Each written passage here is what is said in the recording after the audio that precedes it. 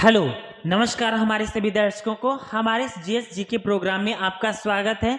और हम आपके लिए यहाँ पर इतिहास हिस्ट्री के बहुत ही इंपॉर्टेंट क्वेश्चन लेकर आए हैं, जो कि 150 क्वेश्चंस की हमारी सीरीज चल रही है। उनमें से ये क्वेश्चन हम कवर करने जा रहे हैं। तो आइए चलते हैं, स्टार्ट करते हैं यहाँ पर अपने इस क्वेश्चंस को, जो बहुत ही इंपॉर्टेंट है। यहाँ पर देख रहे हैं ये बहुत सारे क्वेश्चन हम आपके लिए लेकर आए हैं, जो सभी प्रतियोगी परीक्षाओं में बहुत ही हेल्पफुल हैं। तो हमारे इस चैनल से आप हमारे इस वीडियोस से आप नोट्स भी बना सकते हैं और बहुत ही अच्छा कंटेंट तैयार भी कर सकते हैं। आइए चलते हैं, अपने इस मैटर को स्टार्ट करते हैं। यहाँ पर देख रहे हैं क्वेश्चन हमारा है, पहला क्वेश्चन है 111 क्वेश्चन। यहाँ से 111 क्वेश्चन से लेकर यहाँ पर 150 क्वेश्चन तक कवर करेंगे, अर्थात यहाँ पर 40 क्वेश्चंस यहाँ पर कवर करने वाले हैं सिर्फ इसी वीडियो में। तो आइए चलते हैं, यहाँ पर देखते हैं सुभाष चंद्र बोस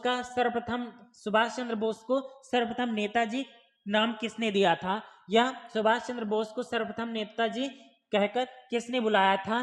तो वो है एडोल्फ हिटलर। कौन है? एडोल्फ हिटलर ने ही सुभाष चंद्र बोस को सर्वप्रथम नेताजी कहकर बुलाया था। नेक्स्ट क्वेश्चन है, यहाँ पर हड़प्पा की सभ्यता में हल से खेत जोतने का साक्ष्य मिला है, तो कहाँ से मिला है? तो हल जोतने के जो साक्ष्य मिले हैं वो कालीबंगा से मिला है। और कालीबंगा कहाँ पड़ता है? राजस्थान, राजस्थान में पड़ता है। कालीबंगा कहाँ पड़ता है? राजस्थान में पड़ता है। और यहाँ से कालीबंगा से ही चूड़ियों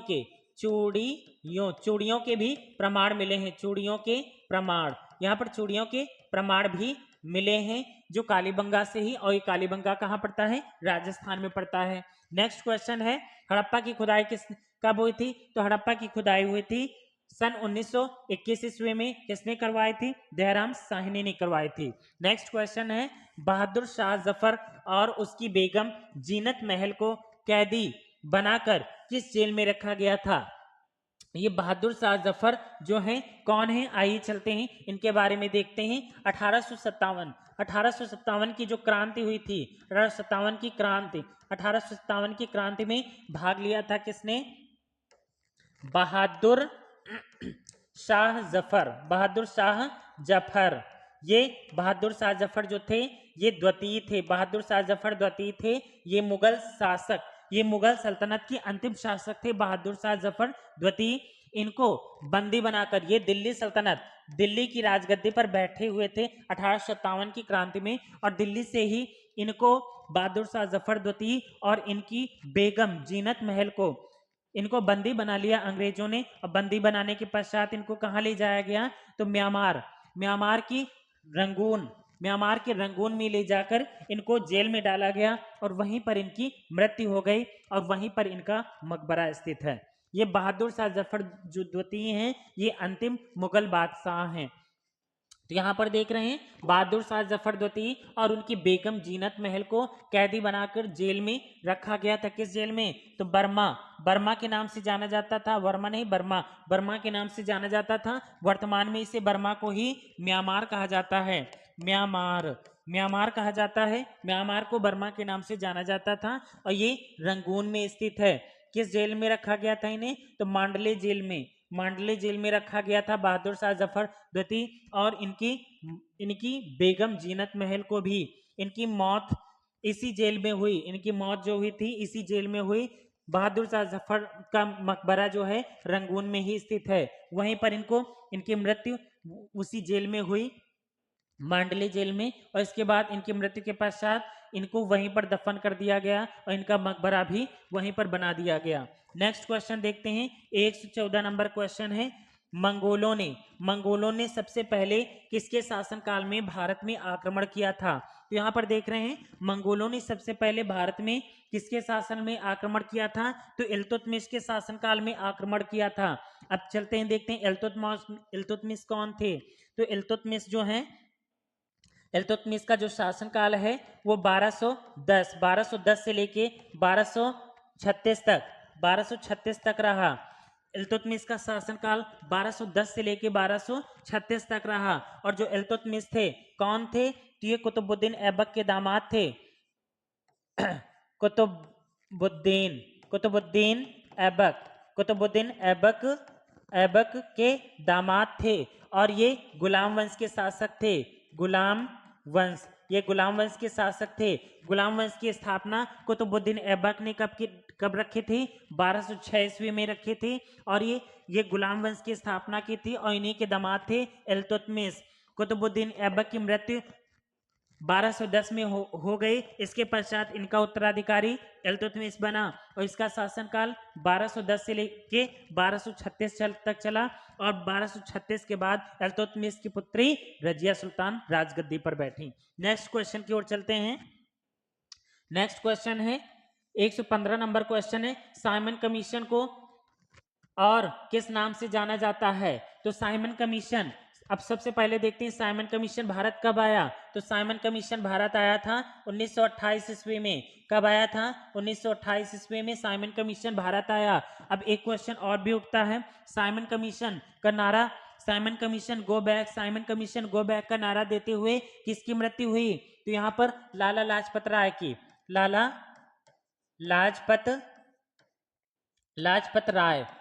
लाजपत राय की मृत्यु हुई साइमन कमीशन का विरोध करते हुए। लाला लाजपत राय की मृत्यु हो गई थी साइमन कमीशन का विरोध करते हुए। अब यहाँ पर देख रहे हैं साइमन कमीशन को अन्य किस नाम से जाना जाता है? तो white man commission, white man commission के नाम से भी जाना जाता है साइमन कमीशन को। नेक्स्ट क्वेश्चन यहाँ पर देखते हैं। तो यहाँ पर श्वेतांबर, श्वेतांबर श्वेत वस्त्र धारण करने वाले किसके शिष्य कहलाते हैं? अब यहां पर देख रहे हैं श्वेतांबर, श्वेतांबर क्या है? एक ये जैन धर्म, जैन धर्म को दो भागों में बांटा गया है, जिसको एक को कहा जाता है श्वेतांबर। श्वेतांबर जैन धर्म में दो प्रवर्तक हैं, जिसमें कि एक है श्वेतांबर और एक है दिगंबर। अब यहाँ पर श्वेत वस्त्र कहा जाता है सफेद वस्त्र धारण करने वालों को, और दिगंबर कहा जाता है जो नग्न रहते हैं, जो निर्वस्त्र रहते हैं, वस्त्र धारण नहीं करते हैं, उनको दिगंबर कहा जाता है।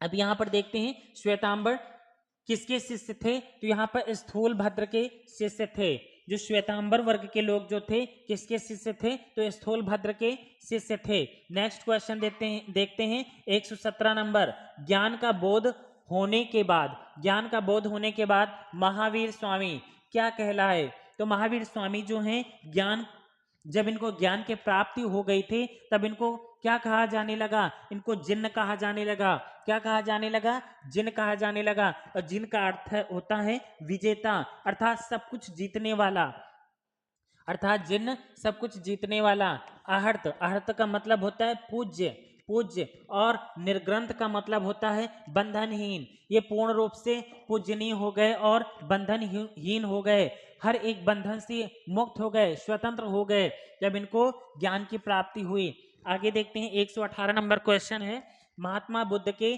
संबंध में महाविनिष्क्रमण का क्या अर्थ है? महात्मा बुद्ध के संदर्भ में जो यहाँ पर संबंध में महाविनिष्क्रमण का क्या अर्थ है? तो यहाँ पर देखिए, महाविनिष्क्रमण कहा जाता है गृह त्याग की स्थिति में। इन्होंने 29 वर्ष की अवस्था में, महात्मा गौतम बुद्ध ने 29 वर्ष की अवस्था में अपना गृह त्यागा, और जब इन्होंने गृह त्यागा इसको क्या कहा गया? महाविनिष्क्रमण कहा गया। और धर्म चक्र प्रवर्तन,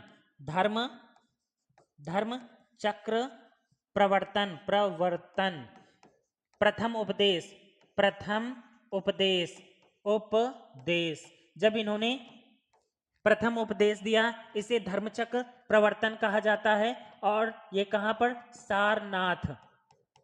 सारनाथ में गौतम बुद्ध ने सबसे पहला प्रथम उपदेश दिया, और सबसे ज्यादा दिया श्रावस्ती में सबसे ज्यादा उपदेश दिए। तो प्रथम उपदेश को इनको धर्मचक्र प्रवर्तन कहा जाता है। और यहाँ पर जब इन्होंने इनकी मृत्यु हुई थी तो इसे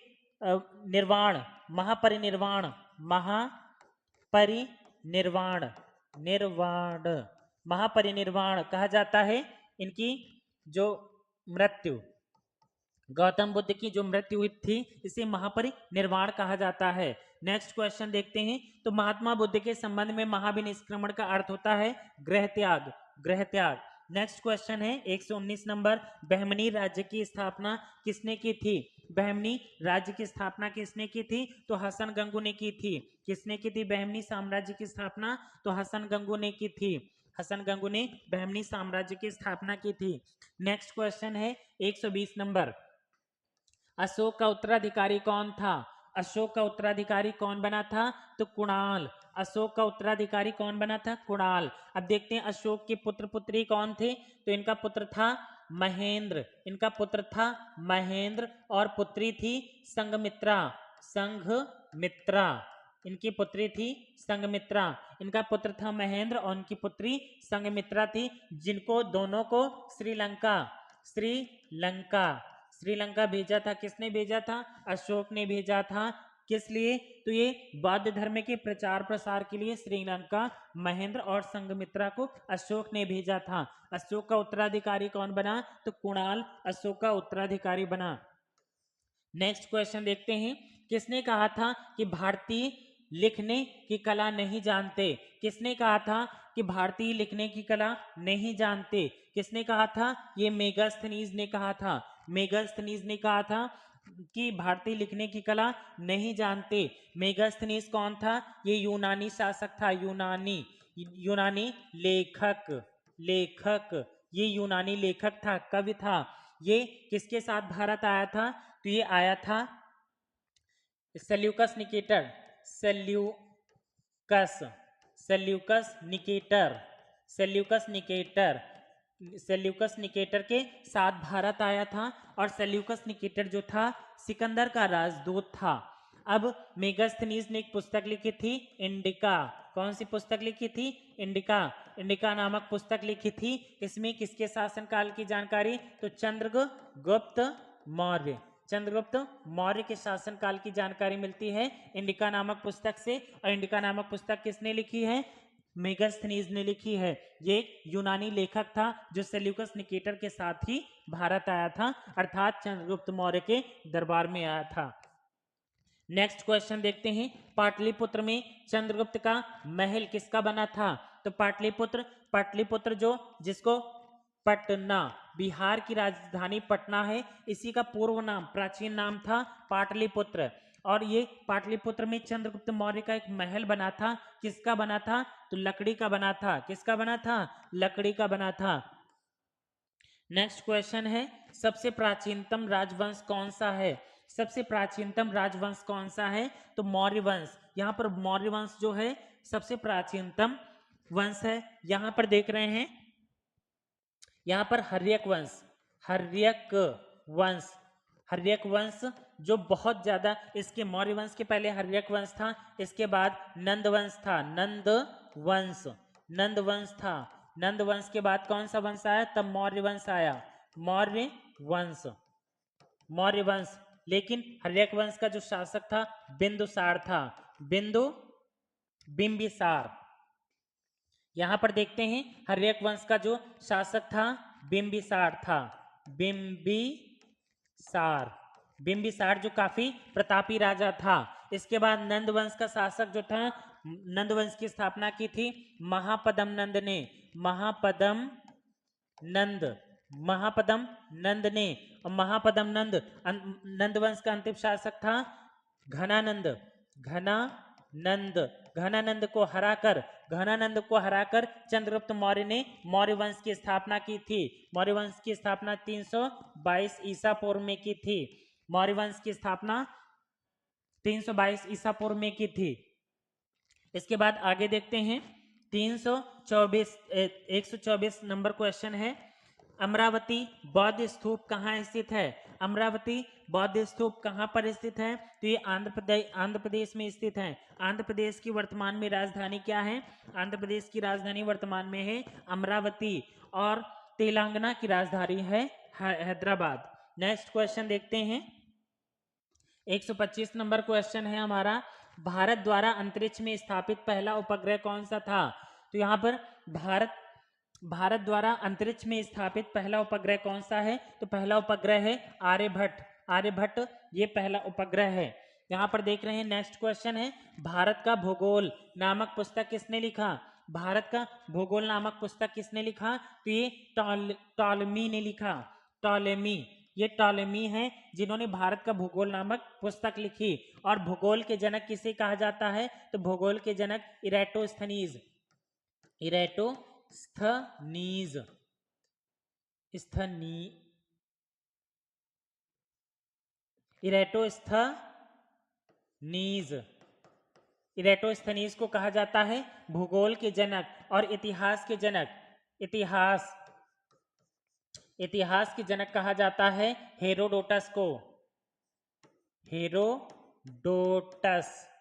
हेरोडोटस को इतिहास का जनक कहा जाता है। और भूगोल का जनक कहा जाता है इरेटोस्थनीज को।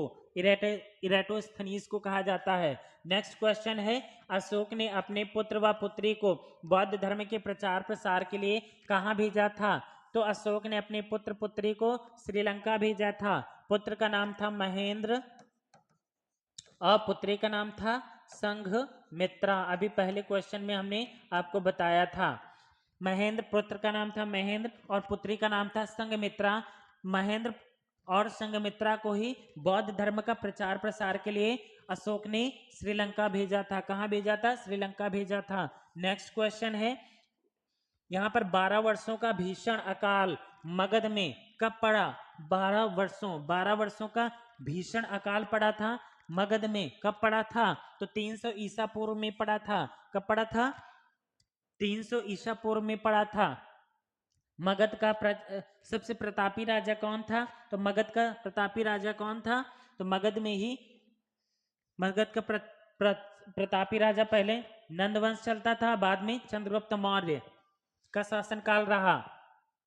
नेक्स्ट क्वेश्चन है, गजनी साम्राज्य की स्थापना किसने की थी? गजनी साम्राज्य की स्थापना किसने की थी? तो अलप्तगीन ने की थी। गजनी साम्राज्य की स्थापना अलप्तगीन ने की थी। नेक्स्ट क्वेश्चन है 130 नंबर, यहाँ पर प्राकृतिक बंदरगाह कौन सा है? तो प्राकृतिक बंदरगाह, ये भूगोल का क्वेश्चन है या इन्वायरमेंट का क्वेश्चन है? तो प्राकृतिक बंदरगाह कांडला बंदरगाह है जो कि गुजरात में पड़ता है। कांडला बंदरगाह जो कि गुजरात में पड़ता है, ये एक प्रकार से प्राकृतिक बंदरगाह है। और समुद्र तट से सबसे लंबी सीमा जो साझा करता है वो है गुजरात राज्य। यहाँ पर देख रहे हैं प्राकृतिक बंदरगाह कौन? तो वही कांडला जो कि गुजरात में पड़ता है, कांडला बंदरगाह है। अगला देखते हैं क्वेश्चन है, लंपट मूर्ख किसे कहा जाता था? ऐसा कौन सा शासक था जिसे लंपट मूर्ख के नाम से जाना जाता है? तो उसे जहांदार शाह को लंपट मूर्ख के नाम से जाना जाता था। नेक्स्ट क्वेश्चन है 132 नंबर, अशोक के विषय में जानकारी का संपूर्ण स्रोत क्या है? तो अशोक के विषय की जानकारी जो है उसकी शिलालेखों के माध्यम से ही की जाती है। अशोक ने अपने शासनकाल में ही स्तंभों और पत्थरों में और दीवारों पर जो शिलालेख लिखवाए, उसके माध्यम से ही अशोक के शासनकाल की जानकारी प्राप्त होती है। किससे प्राप्त होती है? शिलालेखों से अशोक के संपूर्ण जानकारी प्राप्त होती है। अब नेक्स्ट क्वेश्चन है, किस अभिलेख से यह सिद्ध होता है कि चंद्रगुप्त का प्रभाव पश्चिम भारत तक फैला हुआ था? किस अभिलेख से यह सिद्ध होता है कि चंद्रगुप्त का प्रभाव पश्चिम भारत तक फैला हुआ था? तो ये रुद्रदामन और जूनागढ़ अभिलेख से सिद्ध होता है कि चंद्रगुप्त मौर्य का जो प्रभाव था वो पश्चिम गुजरात तक फैला हुआ था। रुद्रदामन और जूनागढ़ जो है कहाँ स्थित है? तो गुजरात में स्थित है। जूनागढ़ में ही चंद्रगुप्त मौर्य ने एक सुदर्शन झील का निर्माण कराया था। कौन सी झील? तो सुदर्शन झील जो कि जूनागढ़ गुजरात में स्थित है। इसका निर्माण किसने करवाया था? तो चंद्रगुप्त मौर्य ने करवाया था। अब यहाँ पर चंद्रगुप्त मौर्य को जो जैन भिक्षु था भद्रबाहु, वही चंद्रगुप्त मौर्य को वहां गुजरात तक ले गया था, पश्चिम भारत तक ले गया था। नेक्स्ट क्वेश्चन यहां पर देख रहे हैं 134 नंबर है, तैमूर का आक्रमण किसके शासनकाल में हुआ था? तैमूर का आक्रमण, तैमूर का आक्रमण किसके शासनकाल में हुआ था? तो महमूद शाह के शासनकाल में ही तैमूर का आक्रमण हुआ। नेक्स्ट क्वेश्चन है यहाँ पर अंतिम मुगल बादशाह कौन था? तो अंतिम मुगल बादशाह हमने बताया था कि ये बहादुर शाह जफर द्वितीय था। बहादुर शाह जफर द्वितीय था, जो कि 1857 की क्रांति हुई थी, जो दिल्ली की राजगद्दी पर बैठे थे बहादुर शाह जफर द्वितीय, और इनकी जो बेगम थी जीनत महल, इनको बंदी बनाकर अंग्रेजों ने कहाँ? रंगून यानी म्यांमार में रंगून में भेज दिया गया, जो कि वहीं की जेल में इनकी मृत्यु हो गई और वहीं पर इनका मकबरा बनवा दिया गया। नेक्स्ट क्वेश्चन देखते हैं। तो अशोक की शिलालेखों को पढ़ने वाला प्रथम अंग्रेज कौन था? तो अशोक की शिलालेखों को पढ़ने वाला प्रथम अंग्रेज कौन था? James Prinsep. जेम्स प्रिंसेप ने अशोक की शिलालेखों को सर्वप्रथम पढ़ा था। नेक्स्ट क्वेश्चन है, अशोक ने सभी शिलालेखों में 1 रुपए से किस प्राकृत का प्रयोग किया? किस 1 रुपया से किस प्राकृत का प्रयोग किया? तो मागधी भाषा जो है मागधी का प्रयोग किया था। नेक्स्ट क्वेश्चन है, बिंदुसार की मृत्यु के समय अशोक किस प्रांत का गवर्नर था? अब सबसे पहले देखते हैं बिंदुसार कौन था। तो अशोक का पुत्र, अशोक का पुत्र कौन था? बिंदुसार। ये अशोक का पुत्र था बिंदुसार, और अशोक का पुत्र था, बिंदुसार जो था अशोक का पिता था, और बिंदुसार का अशोक जो था पुत्र था, और बिंदुसार के पिता चंद्रगुप्त मौर्य थे। यहां पर देखते हैं चंद्रगुप्त मौर्य, ये चंद्रगुप्त मौर्य जो कि मौर्य वंश की स्थापना की थी, इनका पुत्र था बिंदुसार। इनका पुत्र था बिंदुसार, और बिंदुसार का पुत्र था अशोक। अशोक जो था बिंदुसार का, अशोक ये बिंदुसार का पुत्र था। तो बिंदुसार की मृत्यु के समय अशोक किस प्रांत का गवर्नर था? तो ये किस प्रांत का गवर्नर था? उज्जैन प्रांत का गवर्नर था। उज्जैन कहाँ पड़ता है? मध्य प्रदेश। उज्जैन मध्य प्रदेश, जो कि उज्जैन में ही क्षिप्रा नदी के किनारे महाकुंभ का प्रयोजन होता है, जो कि महाकालेश्वर मंदिर स्थित है। नेक्स्ट क्वेश्चन यहां पर देखते हैं, 139 नंबर क्वेश्चन है हमारा। किस स्तंभ में अशोक के स्वयं को मगध का सम्राट बताया है? किस स्तंभ में अशोक ने स्वयं को मगध का सम्राट बताया है? तो यहां पर देख रहे हैं भाब्रू स्तंभ में अशोक ने स्वयं को मगध का सम्राट बताया है। नेक्स्ट क्वेश्चन है 140 नंबर, मौर्य साम्राज्य की स्थापना किसने की थी? तो मौर्य साम्राज्य की स्थापना चंद्रगुप्त मौर्य ने की थी। कब की थी? 322 ईसा पूर्व में की थी। 322 ईसा पूर्व में की थी चंद्रगुप्त मौर्य ने मौर्य वंश की स्थापना। नेक्स्ट क्वेश्चन है, दिल्ली के सुल्तान के कृषि के लिए एक अगला विभाग बनाया तथा फसलों का चक्रण करने की योजना भी बनाई। किसने बनाई थी? तो मोहम्मद बिन तुगलक ने बनाई थी। ये तुगलक वंश का शासक था, मोहम्मद बिन तुगलक ने बनाई थी। ये दिल्ली का सुल्तान बना था, जो कृषि के क्षेत्र में काफी कुछ इसने कार्य किए। आगे अगला क्वेश्चन है 142 नंबर, किस ग्रंथ में चंद्रगुप्त मौर्य के लिए कुलहीन शब्द का प्रयोग किया गया है? किस ग्रंथ में चंद्रगुप्त मौर्य के लिए कुलहीन का शब्द का प्रयोग किया गया है? तो मुद्रा राक्षस ग्रंथ में चंद्रगुप्त मौर्य को कुलहीन शब्द का प्रयोग किया गया है।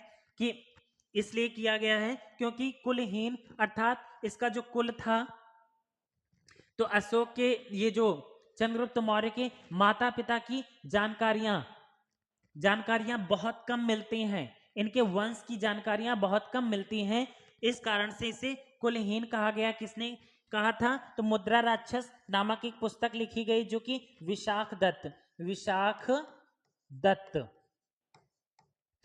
दत्त ने ये पुस्तक लिखी थी, मुद्रा राक्षस, और पंचतंत्र नामक पुस्तक भी लिखी है विशाख दत्त ने। तो यहां पर कुलहीन, तो यहां पर नेक्स्ट क्वेश्चन देखते हैं, नेक्स्ट क्वेश्चन जो कि 143 नंबर है, पाटलिपुत्र में चंद्रगुप्त का महल किसका बना था? तो पाटलिपुत्र में चंद्रगुप्त मौर्य का महल जो था लकड़ी का बना हुआ था। नेक्स्ट क्वेश्चन है यहाँ पर, प्रथम जैन भिक्षुणी कौन थी? तो प्रथम जैन भिक्षुणी जो कि महिला थी कौन थी? तो दधिवाहन की पुत्री थी चंपा। दधिवाहन की पुत्री का नाम था चंपा। ये प्रथम बौद्ध भिक्षुणी, प्रथम जैन भिक्षुणी, सॉरी प्रथम जैन भिक्षुणी बनी थी। नेक्स्ट क्वेश्चन है 145 नंबर है, धर्मट, धर्मत, ये धर्मट नहीं, धर्मत का युद्ध किसके बीच हुआ था? धर्मत का जो युद्ध हुआ था किसके किसके बीच हुआ था? तो दारा शिकोह एवं औरंगजेब के बीच हुआ था। जो धर्मत का युद्ध हुआ था, धर्मत, धर्मत का युद्ध हुआ था दारा शिकोह और औरंगजेब के बीच हुआ था। नेक्स्ट क्वेश्चन है, विश्व की सबसे छोटी नदी उमानंद कहाँ बहती है? विश्व की सबसे छोटी नदी है जो कि उमानंद, उसका नाम है, नदी का नाम है उमानंद। ये कहाँ पर बहती है? तो असम में बहती है। कहाँ बहती है? असम में बहती है। नेक्स्ट क्वेश्चन है 147 नंबर, किस पुर्तगाली गवर्नर ने 1510 ईस्वी में कृष्णदेव राय के साथ मित्रता की संधि की थी?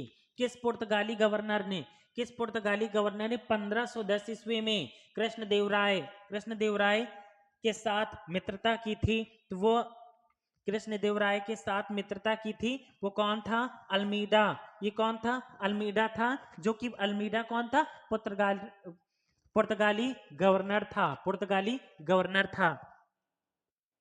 तो देखते हैं अंतिम क्वेश्चन आपका चला है, 150 क्वेश्चन आपके पूरे होने वाले हैं। 148 नंबर है यहाँ पर, शिवाजी द्वारा लगाए गए 2 कर कौन से थे? तो शिवाजी के द्वारा कौन कौन से कर लगाए गए थे? 2 कर लगाए गए थे, एक था चौथ कर और दूसरा था सरदेशमुखी कर, सरदेशमुखी कर, और एक था चौथ कर। ये दोनों कर थे जो कि शिवाजी के द्वारा लगाए गए थे। शिवाजी का राज्याभिषेक कहाँ हुआ था? तो रायगढ़ में, रायगढ़ में शिवाजी का राज्याभिषेक हुआ था। शिवाजी के पिता का नाम था शाहजी भोसले, शाहजी भोसले, शाहजी भोसले, और इनकी माता जी का नाम जीजाबाई, इनकी माता का नाम जीजाबाई और इनके पिता का नाम शाहजी भोसले था। और ये इनका राज्याभिषेक जो था रायगढ़ में हुआ था। आगे देखते हैं, नेक्स्ट क्वेश्चन है 149 नंबर, बक्सर का युद्ध किसके बीच लड़ा गया था? किसके किसके बीच लड़ा गया था बक्सर का युद्ध? तो यहाँ पर देख रहे हैं बक्सर का युद्ध, जो कि पहला युद्ध जो हुआ था 1757 में प्लासी प्लासी का युद्ध हुआ था, प्लासी का युद्ध हुआ था सन 1757 में। इसके बाद सन 1764 में बक्सर का युद्ध हुआ था सन 1764 ईस्वी में। किसके किसके बीच? बंगाल के नवाब मीर कासिम और अंग्रेजों के बीच, बंगाल के नवाब मीर कासिम और अंग्रेजों के बीच हुआ था। बक्सर का युद्ध कब हुआ था? सन 1764 ईस्वी में हुआ था।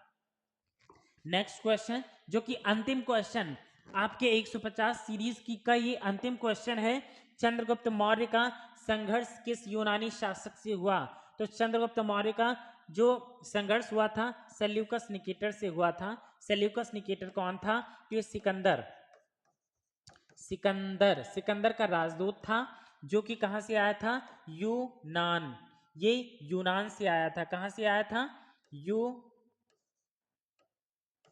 यूनान, ये यूनान से आया था। और सिकंदर सेल्यूकस निकेटर इसका राजदूत जो कवि था वो मेगास्थनीज था, इसने इंडिका नामक पुस्तक लिखी, इंडिका नामक पुस्तक लिखी, जिसमें चंद्रगुप्त मौर्य के साम्राज्य की जानकारी मिलती है। सेल्यूकस निकेटर की पुत्री हेलेना, सेल्यूकस निकेटर की पुत्री जो थी, इनकी पुत्री हेलेना से ही चंद्रगुप्त मौर्य ने क्या किया था? विवाह किया था। सेल्यूकस निकेटर की पुत्री हेलेना से ही चंद्रगुप्त मौर्य ने विवाह किया था। इसके पश्चात चंद्रगुप्त मौर्य ने सेल्यूकस निकेटर को 500 हाथियां उपहार में प्रदान किए थे। तो ये आपके 150 क्वेश्चन एक से लेके 150 क्वेश्चन आपके कंप्लीट हुए। 150 क्वेश्चन आपके कंप्लीट हुए और यहाँ पर जितने भी हमने क्वेश्चन बताए हैं बहुत ही इंपॉर्टेंट क्वेश्चन रहे हैं जो सभी प्रतियोगी परीक्षाओं के लिए बहुत ही महत्वपूर्ण थे। तो आपकी सीरीज ये समाप्त हो गई है और भी अगले अगले सीरीज में हम बहुत ही अच्छे कंटेंट, बहुत ही अच्छे क्वेश्चन लेकर आ रहे हैं आपके लिए। यहाँ पर प्लेलिस्ट बनी हुई है जहां भी सभी विषय पूरी विस्तार सहित आपको यहाँ पर देखने को मिलेंगे। जीएस जीके की बहुत ही अच्छी क्लास चल रही है। बाकी इंग्लिश ग्रामर जो है, इंग्लिश की क्लास जो बहुत ही अच्छे हम आपके लिए लेकर आ रहे हैं। बाकी सभी प्रतियोगी परीक्षाओं में जो कॉम्पिटिटिव लेवल के एग्जाम्स में बैंक हो गए, एसएससी हो गया और एयरफोर्स हो गया, यहाँ पर जो अंग्रेजी होती है इंग्लिश, यहाँ इंग्लिश की भी प्लेलिस्ट आपको देखने को मिलेगी। टेस्ट सीरीज यहाँ पर चलाएंगे जो बहुत ही अच्छे क्वेश्चन हम आपके लिए लेकर आएंगे। तब तक के लिए बस यहीं तक। हमारे इस चैनल को स्टडी वेल 77 को सब्सक्राइब करें, लाइक करें एंड कमेंट करें ये क्लास आपको कैसी लगी। हमारे इस वीडियो को ज़्यादा से ज़्यादा शेयर करें। Thank you so much for watching this video.